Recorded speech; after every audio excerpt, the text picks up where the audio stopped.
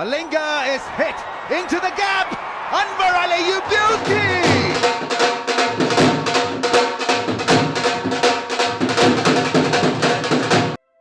आप सब लोग जो सोच रहे हैं ये वो नहीं है, ना ये हॉकी है और ना ही क्रिकेट। ये खेल पाकिस्तानियों को बहुत से भी कुछ ज़्यादा ही पसंद है। ये खेल हमारे आबाओ-अजदाद पाकिस्तान बनने से पहले से खेलते आ रहे हैं और अब ये हमारी जिम्मेदारी है कि हम ये खेल अपनी अगली नस्लों तक पहुंचाएं। तो हम पाकिस्तानियों का कौमी खेल है शादी। जी हाँ, वही शादी जिसे हम कहते हैं कि शादी कोई खेल तमाशा नहीं होती, लेकिन फिर हम इसे खुद ही खेल तमाशा बना देते हैं। इस खेल की अच्छी बात यह है कि आप इसे जब चाहें, जैसे चाहें, कहीं भी खेल सकते हैं। इस खेल के सब रूल्स आप खुद बना सकते हैं और जब आपका दिल करे बदल सकते हैं। ये खेल बाकी खेलों की तरह 2 टीमों के दरमियान खेला जाता है। इस खेल की अजीब बात यह है कि इसे खेलने के लिए ज़्यादातर लोग एक्साइटेड भी होते हैं और खेल ख़त्म होते ही उदास। अजीब ही खेल है जिसमें कोई जीतता ही नहीं है। हारने वाला तो हारता ही है, लेकिन जीतने वाला जीत के भी हार जाता है।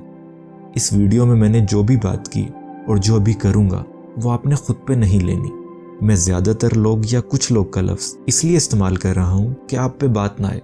वैसे भी हमारी फैमिली में ऐसी बातें नहीं होती और हमारा तो सबको पता ही है।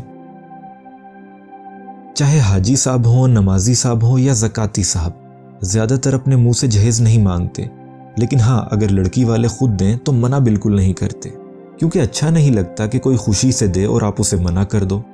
रहा सवाल दूल्हे मियाँ की मर्जी का, तो उनकी गैरत एयरप्लेन मोड पे लगी होती है और शादी के बाद ही जागती है। मैच शुरू होने से पहले सारे इनामात जहेज की शक्ल में लड़के वालों के हवाले कर दिए जाते हैं। ज़्यादातर खेलों में टीमें आपस में खेलती हैं, लेकिन हमारे कौमी खेल में ऑडियंस भी खेलती है। शादी के मैच में 2 हाफ होते हैं, लेकिन हमारी आवाम के लिए बस एक ही हाफ होता है, जो इन दोनों हाफ के बीच में आता है। रोटी खोल दो हाफ। छोटे गोश्त और मछली से आवाम का जज्बा बढ़ता है और पीली दाल से कम होता है।